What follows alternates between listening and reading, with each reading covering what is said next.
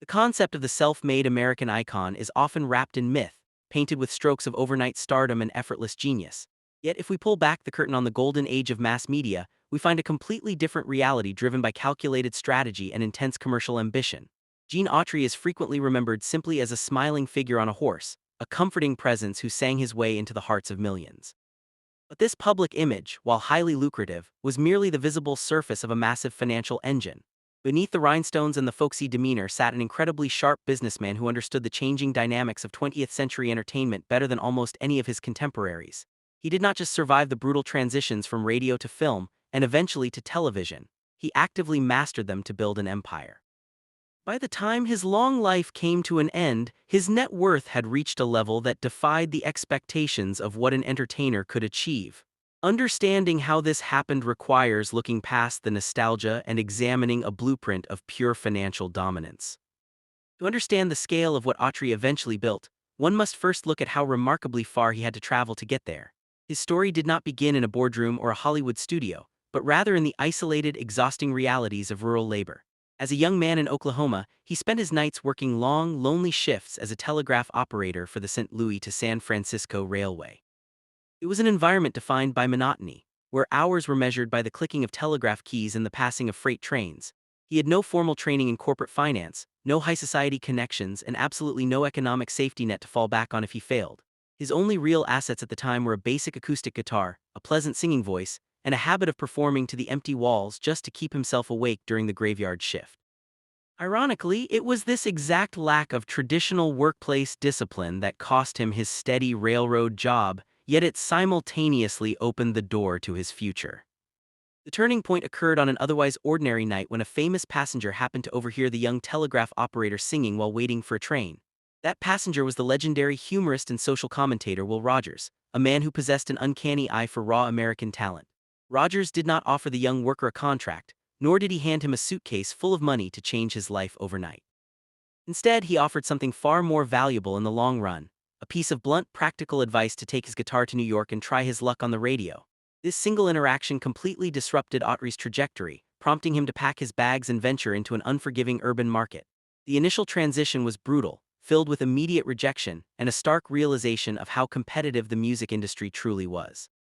When he auditioned for the prominent Victor Talking Machine Company, he was turned away not for lacking skill, but because the market was already saturated with similar acts. Rather than letting this early defeat break his ambition, Autry took the label's constructive feedback and chose to systematically build his experience on regional radio waves. He adopted the persona of Oklahoma's yodeling cowboy, a move that allowed him to connect deeply with working-class audiences who hungered for authentic cultural representation. This relentless dedication to his craft and his audience finally culminated in a major breakthrough when he signed with Columbia Records in 1929. Just 3 years later in 1932, he released a track titled That Silver-Haired Daddy of Mine, which he had co-written with Jimmy Long.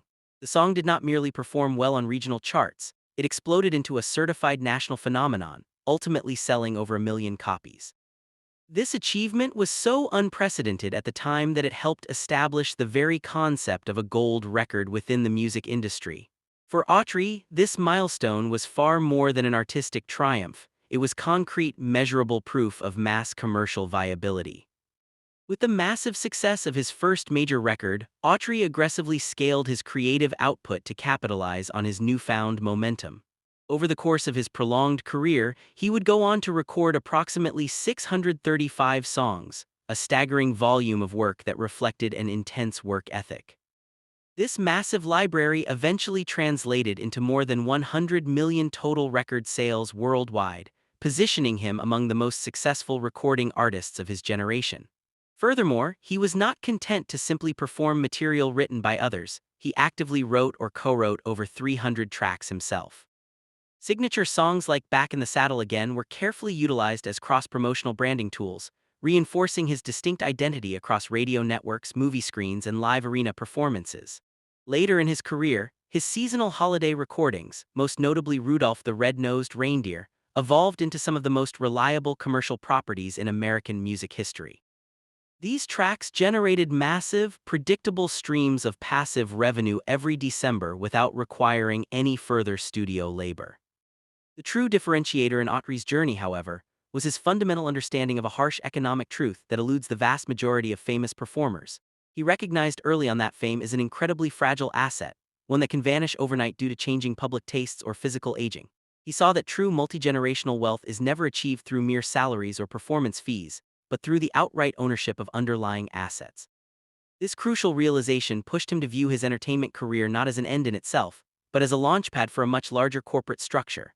While his peers were spending their paychecks on temporary luxuries, Autry was studying the mechanics of distribution, intellectual property law, and corporate leverage. This profound shift in mindset from worker to owner would soon propel him far beyond the boundaries of the music industry. It set the stage for an unprecedented corporate expansion that the public, captivated by his on-screen cowboy persona, never saw coming. This transition from a successful recording artist to a major Hollywood movie star was a calculated expansion of his overall earning power. In 1934, an astute film producer named Nat Levine recognized that Autry's massive radio popularity could be effectively weaponized at the cinematic box office. Levine cast him in a small experimental role in a Western, a gamble that immediately paid off as audiences flooded theaters to see him. This initial appearance rapidly evolved into leading roles, and Autry quickly figured out how to turn himself into a standardized, highly reliable cinematic product. Over the subsequent 2 decades, he starred in more than 90 feature films, establishing a highly specific subgenre of the musical Western. In these productions, he played a fictionalized version of himself, riding his famous horse Champion and seamlessly integrating musical numbers into the plot. These movies were deliberately kept low budget, which allowed them to be produced with incredible speed and distributed efficiently to hungry rural and suburban markets. The sheer efficiency of these film productions turned them into massive, reliable cash generators for both the studios and for Autry himself. Throughout the late 1930s and into the early 1940s, National Theater exhibitors consistently ranked him among the top money-making stars in the entire country. At the absolute peak of his cinematic career, he represented a level of box office dependability that gave him immense leverage in a studio system notorious for exploiting talent. What truly separated Autry from his contemporaries, however, was precisely how he chose to exercise this hard-earned corporate leverage. While other leading men of the era used their power to demand higher weekly salaries or bigger dressing rooms, Autry demanded structural control. He understood that the real wealth was held by the executives who owned the film negatives and controlled the distribution networks. This long-term mindset became his guiding light, ensuring that every contract he signed moved him closer to total independence. The importance of this ownership-first strategy became undeniably clear in the wake of World War II, a period that disrupted the lives of millions. Autry stepped away from his lucrative career to serve his country in the Army Air Forces, a move that temporarily halted his earnings. When he finally returned to civilian life, he discovered an entertainment landscape that was undergoing massive, permanent structural shifts. Rather than trying to squeeze back into the rigid traditional studio system, he began positioning himself to operate as an entirely independent mogul. This strategic pivot became obvious when he parted ways with Republic Pictures and signed a unique deal with Columbia Pictures. This new arrangement did not just pay him a salary, it granted him his very own dedicated production unit. This allowed him to directly dictate how his creative projects were financed, how they were produced, and how the profits were split. Not content with merely running a production unit inside a major studio, Autry took a giant leap forward by founding Flying Productions. Through this wholly independent company, he ceased to be an employee of Hollywood and officially became an employer within the booming television industry. He correctly predicted that television would soon challenge cinema as the dominant medium for home entertainment across the United States. Flying Productions began churning out popular syndication content, including highly successful series like The Range Rider and Buffalo Bill Jr. These were not small, risky ventures. They were highly structured, profitable properties designed to capture a brand new market of household consumers. At the same time, Autry used this production infrastructure to launch The Gene Autry Show, which ran for 91 highly rated episodes. This weekly television presence provided him with consistent national exposure, allowing him to promote his various business ventures directly to consumers without a middleman. Unlike traditional feature films, which required audiences to get dressed, travel, and buy individual tickets, television brought Autry straight into American living rooms. This unprecedented level of intimacy drastically increased his personal brand equity and significantly boosted his overall commercial value to major national advertisers. By the time he made the conscious decision to completely retire from active performing in 1964, he had achieved something rare. He had successfully transformed temporary entertainment fame into permanent, self-sustaining corporate infrastructure. He did not leave the spotlight empty-handed. He left with full control over his production capabilities, his back catalog, and his distribution channels. He had effectively created a diversified network of income streams that spanned across the record industry, film libraries, and television syndication. Most importantly, this meant he was now positioned to execute the ultimate financial maneuver, stepping away from labor entirely while his wealth multiplied. When Autry finally walked away from the microphones and the movie cameras, he did not enter a traditional, quiet retirement. Instead, he merely shifted his formidable focus entirely toward macro-level wealth accumulation and asset management on a scale his peers could not imagine. He took the significant capital he had scraped together from decades of entertainment and began deploying it into heavy economic sectors. Rather than risking his fortune on speculative ventures or burning it on an extravagant Hollywood lifestyle, he focused on tangible assets. He sought out properties and businesses that possessed inherent value and could generate reliable cash flow regardless of economic downturns. His investment strategy was marked by extreme discipline, patience, and an uncanny ability to spot undervalued markets before they went mainstream. This transition from a wealthy artist to an institutional capitalist is what truly cemented his place among the financial elite of America. One of the most brilliant and high-profile moves of this post-performance era was his aggressive entry into the world of professional sports. In 1960, Major League Baseball announced plans to expand its presence into the lucrative and rapidly growing Southern California market. Autry initially approached the league with the simple goal of securing the exclusive radio broadcast rights for the new team. However, the baseball executives were so thoroughly impressed by his business acumen and financial stability that they pressured him to buy the franchise outright.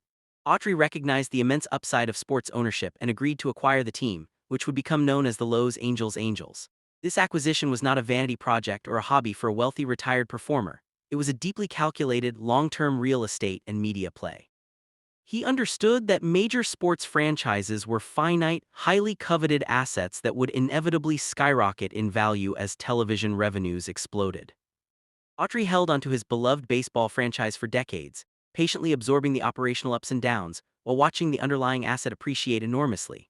By the mid-1990s, the landscape of professional sports had transformed into a multi-billion-dollar corporate playground, completely validating his original thesis. In 1995, he executed a masterful financial exit by selling a 25% stake in the franchise to the Walt Disney Company. The very next year, he sold the controlling interest to Disney in a deal worth hundreds of millions of dollars. This massive transaction proved to the financial world that Autry was not just a lucky cowboy, but a master negotiator. He knew precisely how to nurture an asset over a long period, and exactly when to liquidate it for maximum return. The capital realized from this sports venture alone was enough to secure his family's financial dominance for generations to come. Simultaneously, Autry was quietly building a massive empire within the traditional media and broadcasting sectors across the western United States. He acquired a powerful portfolio of radio stations in prime metropolitan markets, including major frequencies in San Francisco, Los Angeles, and San Diego. These were not minor, struggling stations. They were highly profitable operations that dominated local airwaves and commanded premium advertising rates. By owning the stations outright, Autry effectively controlled both the content creation and the actual distribution networks, maximizing his profit margins. In 1982, he stunned the media industry by selling his premier Los Angeles television station, KTLA, for a staggering $245 million. This single historic transaction was one of the largest independent station sales of its era, instantly solidifying his status. It proved that his financial gravity was no longer dependent on his past celebrity, but on his brilliance as a media tycoon. In addition to broadcasting and sports, real estate served as a massive, unshakable pillar of Autry's diversified corporate empire. He systematically invested his liquid cash into high-profile commercial properties across the country, focusing on premium locations with long-term growth potential. Among his notable acquisitions was the iconic Mark Hopkins Hotel in San Francisco, a world-class luxury asset that provided steady cash flow. He also acquired the Hotel Continental in the heart of Hollywood, alongside the valuable Sahara Inn located near Chicago. These were not passive, hands-off investments made through blind trusts. Autry and his advisors actively monitored these holdings for maximum operational efficiency. He favored commercial real estate because it offered a perfect double benefit: substantial monthly rental income coupled with aggressive long-term capital appreciation. This real estate shield protected his wealth from the eroding effects of inflation and provided a rock-solid foundation for his estate. What made Autry's overarching financial strategy so remarkably effective was its absolute commitment to structural diversification. He built his corporate empire in a way that ensured he was never overly dependent on the health of a single industry. If the film industry experienced a severe post-war downturn, his massive music publishing catalog continued to churn out steady royalties. If the radio market faced structural disruption from television, his extensive real estate holdings and hotel properties stabilized his cash flow. Throughout all of these macroeconomic shifts, he maintained an iron grip on his valuable intellectual property rights. He refused to let third-party distributors exploit his likeness or his historical creative output without paying a premium. This total control ensured that even his oldest black and white cowboy films continued to generate revenue decades after their release. By the time Autry reached the final chapter of his long life, the true scale of his wealth was staggering. His financial status was no longer tethered to his past achievements as a singing cowboy, it was the product of institutional ownership. At the time of his passing, his estate was valued at an estimated $320 million, placing him on exclusive wealthy lists, when adjusted for modern inflation.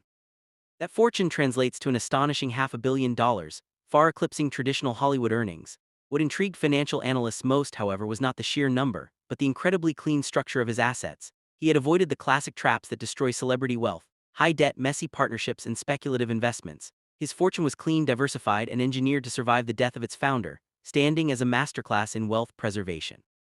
A critical, often overlooked component of this enduring financial empire was Autry's foresight regarding his early film catalog. During an era when major studios routinely exploited actors and stripped them of their film rights, Autry made a brilliant countermove. He used his liquid capital to buy back the outright ownership and original negatives of his films from Republic Pictures. This meant that when home video, cable television, and international streaming markets eventually emerged, Autry owned the content completely. He did not have to beg a studio for a percentage of the profits; he was the studio.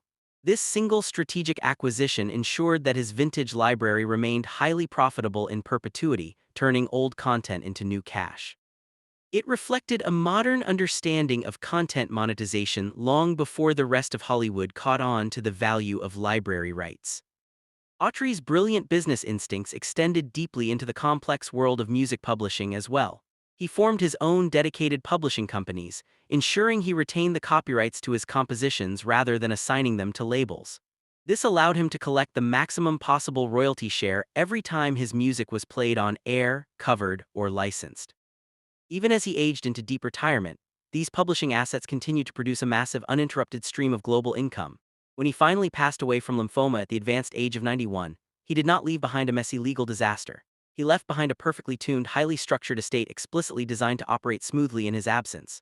The urgent question facing the business world was no longer how much he had earned, but who would now control this empire. Part 2. The passing of an empire builder often triggers an immediate, chaotic scramble for control among surviving family members, attorneys, and corporate executives. History is filled with cautionary tales of massive celebrity fortunes being completely dismantled by bitter public lawsuits and administrative incompetence. However, Gene Autry's financial legacy avoided this destructive fate entirely due to decades of meticulous estate planning and corporate structuring. Control of his massive business empire did not splinter or dissolve into confusion when he breathed his last breath. Instead, it transitioned seamlessly and quietly under the steady hand of his second wife, Jacqueline "Jackie" Autry. Jackie was far more than a supportive spouse. She was a highly capable corporate operator who understood his empire. She had been deeply integrated into his financial ecosystem long before his death, making her uniquely qualified to take the reins. This smooth transition of power ensured that the vast Autry holdings were systematically managed for long-term survival rather than being aggressively liquidated.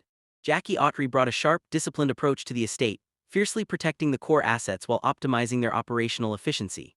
One of the most urgent and complex matters requiring her immediate attention was the final disposition of their professional baseball franchise. Following the initial sale of a minority stake to the Walt Disney Company during Gene's lifetime, the remaining ownership required careful execution. Rather than being forced into a panicked fire sale scenario to cover immediate estate taxes, the final transfer was executed smoothly. This controlled transition allowed the estate to fully realize the massive capital value of the franchise, which had grown exponentially. It secured a massive financial windfall for the estate while preserving Gene's historic status as the foundational patriarch of the team. While the high-profile sale of the baseball team made major headlines, the estate's massive music publishing catalog remained a quiet powerhouse.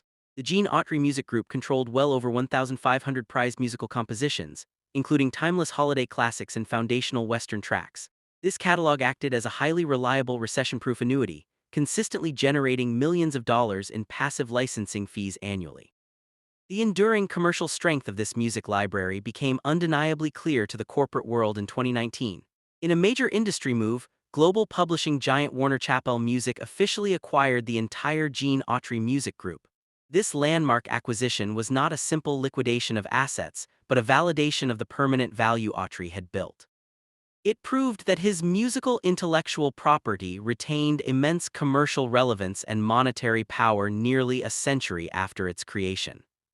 Simultaneously, the preservation of Autry's immense cultural legacy was achieved through major institutions rather than just corporate bank accounts. Together with Jackie, Gene had poured significant resources into founding the Autry Museum of the American West in Los Angeles. Following his death, the estate continued to heavily support and expand this world-class cultural institution, ensuring its long-term financial viability. The museum served a brilliant dual purpose. It functioned as a serious educational center while permanently anchoring the Autry name. It prevented his historic identity from fading into the obscure, forgotten corners of old Hollywood trivia, keeping it relevant. This sophisticated blend of philanthropy and brand preservation ensured that his name remained synonymous with the history of the American West. It transformed a regular entertainment fortune into an enduring cultural legacy that continued to influence the public long after he was gone. Even the real estate decisions Autry made during the mid-century continued to yield staggering financial returns for his modern estate. A prime example of this long-term appreciation was his historic luxury estate located in the exclusive enclave of Palm Springs.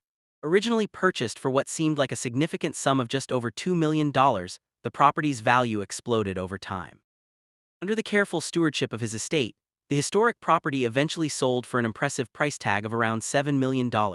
Today, real estate experts estimate the market value of that single asset to exceed $11 million, reflecting a broader pattern. Autry consistently avoided highly speculative, trendy real estate bubbles in favor of premium, blue-chip land that inevitably grew in value. This disciplined investment philosophy ensured that his surviving family did not inherit a fading, depreciating fortune, but a highly durable system. Decades after his passing, the structural footprint of Gene Autry's financial genius remains completely intact and highly measurable. His enduring presence is felt not through nostalgic tribute performances, but through corporate assets that continue to generate substantial revenue. The business empire he painstakingly built from the ground up has proven to be remarkably resilient against economic shifts. His heirs and trustees did not find themselves managing a shrinking pile of cash, but rather a functional corporate apparatus. The story of his wealth is a powerful blueprint for how to successfully transform temporary fame into institutional power. It challenges the conventional narrative of the tragic, exploited artist by presenting an alternative reality of total corporate triumph. He proved that with enough discipline, a singing cowboy could outmaneuver the most powerful executives in boardrooms. When analyzing this historic trajectory, a fascinating question arises regarding the true nature of his ultimate legacy. Should he be primarily remembered as a pioneering creative performer who helped define an entirely new genre of American entertainment? Or does his true genius lie in the massive, diversified corporate empire he constructed entirely behind the scenes? For modern media analysts and financial scholars, the answer is increasingly clear. His business acumen was his greatest masterpiece. He completely re-engineered the relationship between talent and ownership, setting a standard that modern artists still struggle to achieve. He showed that the ultimate goal of a creative career should always be the acquisition of structural independence. His life stands as an unshakable testament to the absolute power of long-term economic vision and ownership. This economic vision required a level of personal discipline that was exceedingly rare among the glitz and glamour of mid-century Hollywood. While his contemporaries were frequently distracted by the toxic traps of sudden wealth, Autry remained fiercely focused on his balance sheets. He viewed every hit record, every box office success, and every television episode as a source of investment capital. He refused to let his lifestyle expand at the same rapid rate as his exploding gross income, avoiding unnecessary debt. This calculated restraint allowed him to accumulate the massive cash reserves necessary to buy out his contracts and acquire hard assets. He understood that cash flow is king, but cash reserves provide the ultimate weapon when valuable assets become available. This philosophy allowed him to transition seamlessly from a vulnerable contract player to an independent, unstoppable financial force. The sheer scale of his transition becomes even more impressive when one considers the intense economic volatility of the era. Autry successfully navigated the crushing weight of the Great Depression, the total mobilization of World War II, and post-war inflation. Through each of these massive historical disruptions, his diversified corporate structure allowed him to absorb shocks and exploit new opportunities. When the traditional film studio system began to fracture under antitrust rulings, Autry was already positioned to capitalize on television. When radio stations faced intense competition, he pivotally integrated them into his broader media and sports broadcasting strategies. This uncanny agility proved that he possessed a deep, intuitive understanding of macroeconomic trends and consumer behavior patterns. He did not merely react to the future, he routinely positioned his capital where the future was inevitably going to arrive. Furthermore, Autry's unique approach to brand integration was decades ahead of what modern corporations refer to as a multimedia ecosystem. Long before marketing executives coined terms like synergy, Autry was actively practicing it across every single one of his ventures. His radio shows promoted his latest feature films, while his cinematic appearances drove massive sales for his record labels. His television productions provided a steady platform to market his live arena rodeos, creating a self-reinforcing loop of revenue. Every single aspect of his public persona was meticulously aligned to drive traffic and profits toward his wholly owned enterprises. This total integration drastically reduced his overall marketing costs while exponentially multiplying the commercial impact of his personal brand. He created a closed financial loop where the singing cowboy always collected a percentage of every dollar spent. This level of total brand control allowed him to withstand the inevitable decline of the traditional Western genre itself. As public tastes shifted toward more realistic, gritty programming in the late 1950s and 1960s, Autry's income did not collapse. Because he owned the underlying media infrastructure, he simply transitioned into broadcasting other content and managing his sports and real estate. He was never trapped by his artistic persona, because he had successfully separated his personal identity from his corporate assets. He understood that while the public might eventually grow tired of cowboy hats, they would always need hotels and media. This brilliant separation of the artist from the asset is what allowed his wealth to grow during his retirement. It ensured that his financial security was never hostage to the fickle whims of pop culture fashion. To execute this complex strategy over a period spanning multiple decades required building an incredibly loyal, highly sophisticated inner circle. Autry surrounded himself with top-tier financial minds, tax attorneys, and corporate managers who shared his long-term vision of wealth asset accumulation. He was notorious for demanding absolute transparency, rigorous accounting standards, and complete operational efficiency across all of his corporate holdings. He treated his business ventures with the exact same seriousness that a Wall Street investment bank treats its portfolio. This institutional approach to business isolated his wealth from the classic mismanagement scams that have historically ruined countless athletes. His corporate inner circle functioned as an elite shield, protecting the core assets and ensuring his plans were executed perfectly.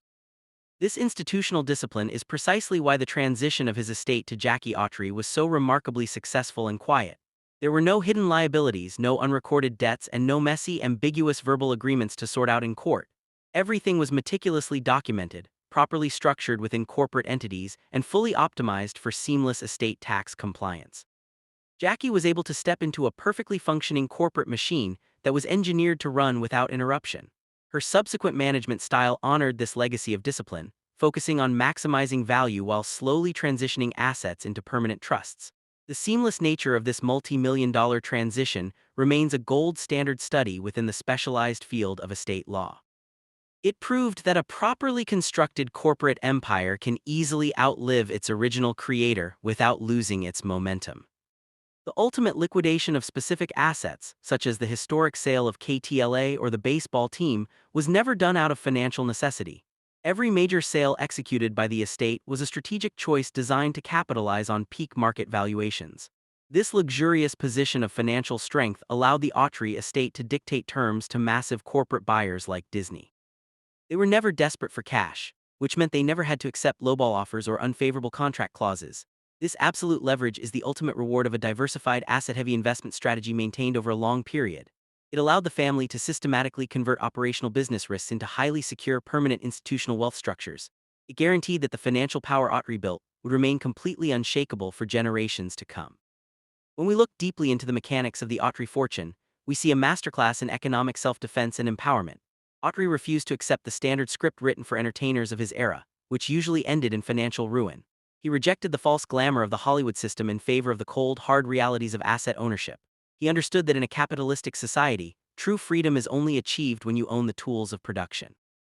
By building his own production companies, buying his own film negatives, and acquiring valuable real estate, he secured freedom. He transformed himself from a replaceable line item on a studio budget into a sovereign financial entity. This profound transformation is what makes his life story so uniquely compelling and deeply instructive for modern creators. His legacy serves as an ongoing challenge to the entire entertainment industry, proving that artists can successfully master big business. He dismantled the persistent myth that creative individuals lack the hard analytical skills required to manage massive corporate structures. Autry proved that the exact same focus required to master an instrument can be applied to mastering a corporate ledger. His success forced the industry to view talent not just as creative workers, but as potential business partners and competitors. He paved the way for future generations of media moguls who would demand ownership of their masters and brands. His blueprint remains completely valid today, serving as a master guide for any individual seeking to build lasting power. As the years continue to pass, the memory of the singing cowboy on the screen will inevitably fade into history. Future generations may not fully understand the cultural impact of his yodeling records or his black and white Western films. However, the physical institutions he founded, the real estate he acquired, and the corporate structures he built will remain. The Autry Museum of the American West will continue to stand as a massive, tangible monument to his vision. The financial capital he generated will continue to flow through trusts, philanthropy, and corporate investments across the country. This is the true mark of an empire builder, creating something so massive that it outlives the memory of its origin. Autry's life proved that a man with a guitar could build a kingdom that lasted forever. Ultimately, the story of Gene Autry is a narrative about the absolute triumph of strategy over mere circumstance and luck. He capitalized on every single opportunity that came his way, instantly converting temporary cultural attention into permanent economic power. He never allowed his ego as a performer to blind him to his vulnerabilities as a regular business operator. He remained a grounded, analytical student of business until the very end of his remarkably long and productive life. He built a fortune that was not just impressive for its era, but one that remains deeply influential today. When the final history of American media is written, his name will stand among the greatest corporate architects. He proved that the best way to predict the future is to buy it outright. The sheer durability of the Autry fortune offers a stark, powerful contrast to the modern landscape of digital celebrity.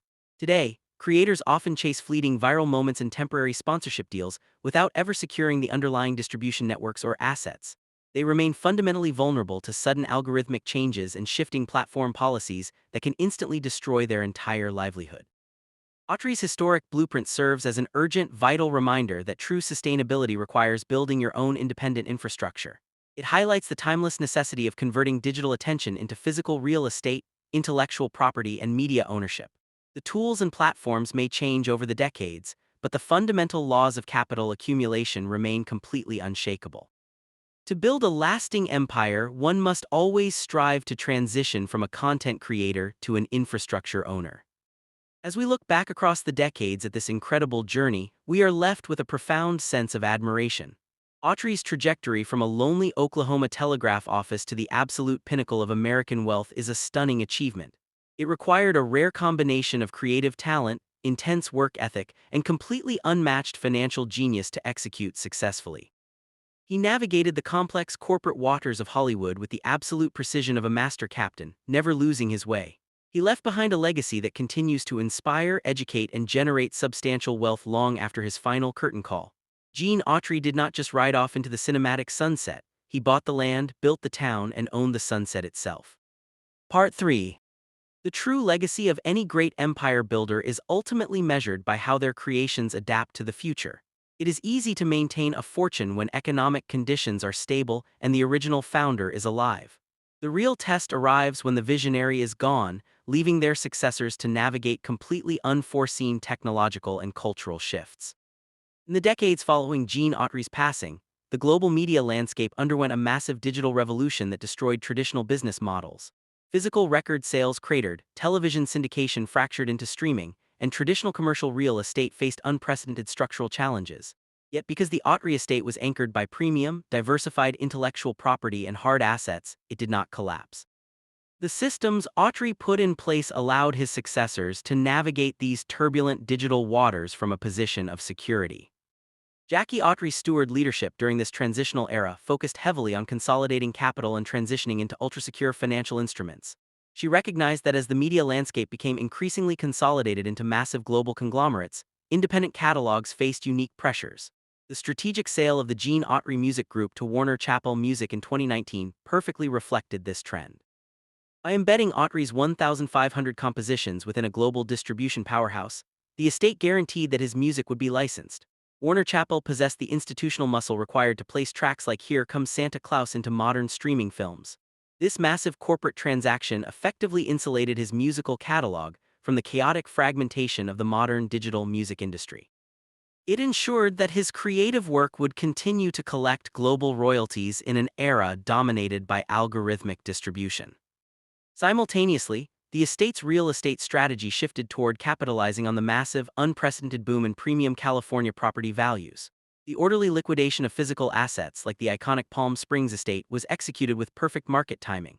By converting complex physical real estate holdings into highly liquid managed capital, the estate eliminated significant operational overhead. This allowed the trustees to avoid the ongoing maintenance costs, property taxes, and market liabilities associated with luxury residential real estate. The realized capital was systematically deployed into diversified investment portfolios, multi-generational trusts, and permanent philanthropic endowments that required no physical upkeep. This sophisticated transition from active real estate management to passive institutional capital preservation mirror the exact strategies used by elite financial families. It guaranteed that the underlying wealth would remain completely protected against localized market crashes and economic downturns. Furthermore, the continuous success of the Autry Museum of the American West stands as a brilliant masterclass in institutional philanthropy. Rather than allowing his massive wealth to become a source of public controversy, the family used it to build a community. The museum, located in Los Angeles Griffith Park, evolved into a premier cultural destination attracting hundreds of thousands of visitors. It houses incredible collections of Western art, historical artifacts, and educational exhibits that tell the complex story of the American frontier. By tying his financial fortune to a prestigious educational institution, the Autry family permanently secured his positive historical legacy. The museum ensures that his name is continuously associated with cultural preservation, academic research, and community engagement for generations. It represents the ultimate transformation of regular entertainment wealth into a permanent, highly respected public monument that elevates society. This sophisticated institutional model provides a clear, powerful answer to the question of who truly controls the legendary Autry empire today. Control does not rest with a single individual or a fractured group of distant, squabbling relatives chasing quick payouts. Instead, it is firmly held by a highly structured network of professional corporate trustees, legal advisors, and family foundations. This institutional governance model ensures that every single decision is made with an extreme focus on long-term wealth preservation. The estate operates with a clear fiduciary duty to protect the core capital, support the museum, and distribute trust funds. It functions with the absolute precision of a major private foundation, completely removed from the emotional volatility of personal relationships. This institutional stability is precisely what Gene Autry envisioned when he first began structuring his businesses decades ago. When we look back at the entirety of this incredible American saga, the lessons for modern entrepreneurs are profound. Autry proved that the ultimate goal of any successful business venture should always be total corporate sovereignty and self-reliance. He refused to let outside financiers, major Hollywood studios, or powerful record labels dictate the terms of his life. He recognized that the only way to achieve true independence was to own the underlying infrastructure of your industry. This meant owning the physical master recordings, the original film negatives, the publishing copyrights, and the actual broadcasting towers. This complete vertical integration gave him an unshakable foundation that allowed him to survive any economic storm or cultural shift. His life stands as a masterclass in how to successfully build a self-sustaining empire from nothing. The sheer contrast between Autry's structured financial triumph and the typical Hollywood tragedy cannot be overstated or ignored. The history of the entertainment industry is littered with the broken bodies of incredibly talented individuals who died penniless. Stars who generated billions of dollars for corporate studios routinely found themselves discarded when their commercial popularity eventually declined. Autry looked at this predatory system early in his career and consciously chose to rewrite the rules entirely for himself. He refused to be a passive victim of the Hollywood machine, choosing instead to become a builder of machines. This profound shift from an exploited worker to an independent capital owner is his truest and most important legacy. He proved that an artist could successfully beat the corporate executives at their own game through pure discipline. To achieve this level of generational wealth required an extraordinary amount of daily patience and long-term economic vision. Autry never chased short-term speculative profits or flashy trends that promised quick returns at the expense of stability. He was completely willing to buy an asset, manage it efficiently, and hold on to it for multiple decades. This extreme patience allowed him to ride out the inevitable economic cycles that routinely wiped out less disciplined investors. Whether he was holding on to premium commercial real estate or nurturing a professional baseball franchise, he played the long game. He understood that true compound interest and asset appreciation require time, stability, and unshakable confidence to work their magic. This long-term mindset is exactly what separated him from the frantic, short-sighted culture of the entertainment world. This discipline extended directly into his personal lifestyle and his relationship with the public persona he had created. Autry never allowed his immense personal fame to distort his objective reality or cloud his sharp analytical business judgment. He understood that the singing cowboy was a highly profitable product, while Gene Autry was the corporate executive managing it. This brilliant psychological separation allowed him to make cold, calculated decisions about his career without letting his ego interfere. When the time arrived to step away from the spotlight in 1964, he did so without any apparent regret. He did not desperately cling to his past stardom or try to force himself into irrelevant modern projects to stay famous. He simply walked into his corporate boardroom, sat down at the head of the table, and focused on his assets. This clean transition from performer to full-time corporate executive allowed him to maximize his most valuable resource, his time. Instead of spending his days traveling on exhausting promotional tour, he spent them analyzing balance sheets and negotiating media deals. He was able to devote his full intellectual energy to macro-level asset allocation, corporate acquisitions, and high-level tax planning. This intense focus allowed him to orchestrate massive historic deals, like the legendary $245 million sale of television station KTLA. It proved to the entire financial community that his business success was not an accidental byproduct of his fame. He possessed a world-class analytical mind for corporate finance that would have made him wealthy in any industry he chose. His entertainment career was simply the rocket fuel he used to launch his true passion for big business. As we look at the vast, enduring empire he left behind, we can appreciate the sheer genius of its construction. He built a financial fortress that was explicitly engineered to protect his family, preserve his legacy, and elevate his community. Every single piece of his empire was carefully integrated into a broader strategy of risk mitigation and capital growth. The music royalties stabilized the real estate holdings, while the broadcasting assets amplified the value of his sports franchise. It was a perfectly balanced corporate ecosystem that generated massive amounts of passive revenue from multiple completely independent sectors. This brilliant diversification is what allowed his wealth to survive the death of its founder and thrive in the future. He created a corporate entity that was truly built to last for generations to come. The enduring success of the Autry estate offers an incredible blueprint for the modern generation of global media influencers.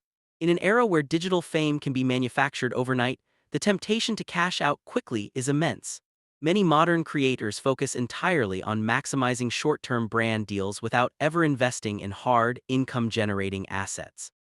They remain completely dependent on external platforms, shifting algorithms, and volatile corporate sponsorships for their ongoing financial survival. Autry's historic journey highlights the absolute necessity of converting temporary cultural attention into permanent physical and intellectual property. It proves that the true measure of a career is not your current level of fame, but your ownership. To build a legacy that lasts, one must always look past the applause and focus entirely on the equity. Furthermore, Autry's profound commitment to historical preservation through his museum reflects a deep understanding of cultural responsibility. He did not view his immense wealth as a tool for personal indulgence, but as a vehicle to preserve history. The Autry Museum of the American West stands as a powerful monument to the diverse, complex stories of the frontier. It ensures that the history of the land he loved is preserved, analyzed, and shared with future generations.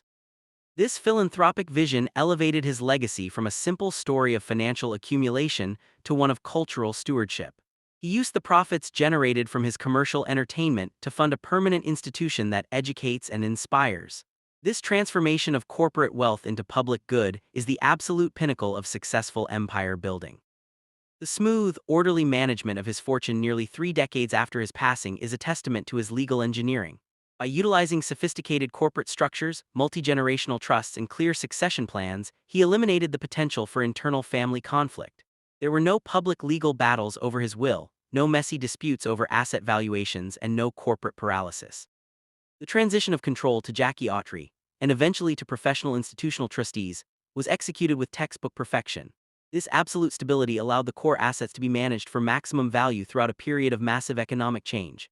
It proved that a visionary entrepreneur can successfully control the trajectory of their wealth long after they have left. His estate planning stands as a masterclass in how to secure a corporate legacy against the ravages of time. As the digital age continues to evolve, the core principles that guided Autry's financial journey remain completely unshakable and true. The platforms of distribution may transition from traditional radio towers and film reels to global digital streaming networks.